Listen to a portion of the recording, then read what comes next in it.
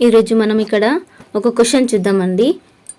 అదేంటంటే a+1/a = 5 అయినా a² + 1/a² ఎంత అవుతుంది? ఇది అనేది క్వశ్చన్.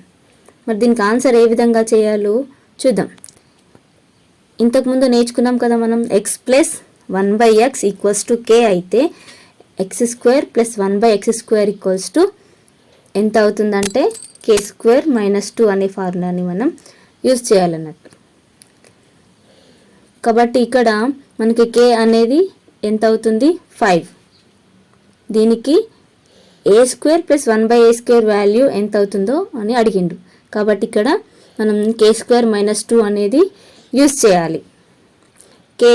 k మీన్స్ 5 కాబట్టి 5² - 2. 5² అంటే 25. 25 - 2, 25లో నుంచి 2 తీసేస్తే 23.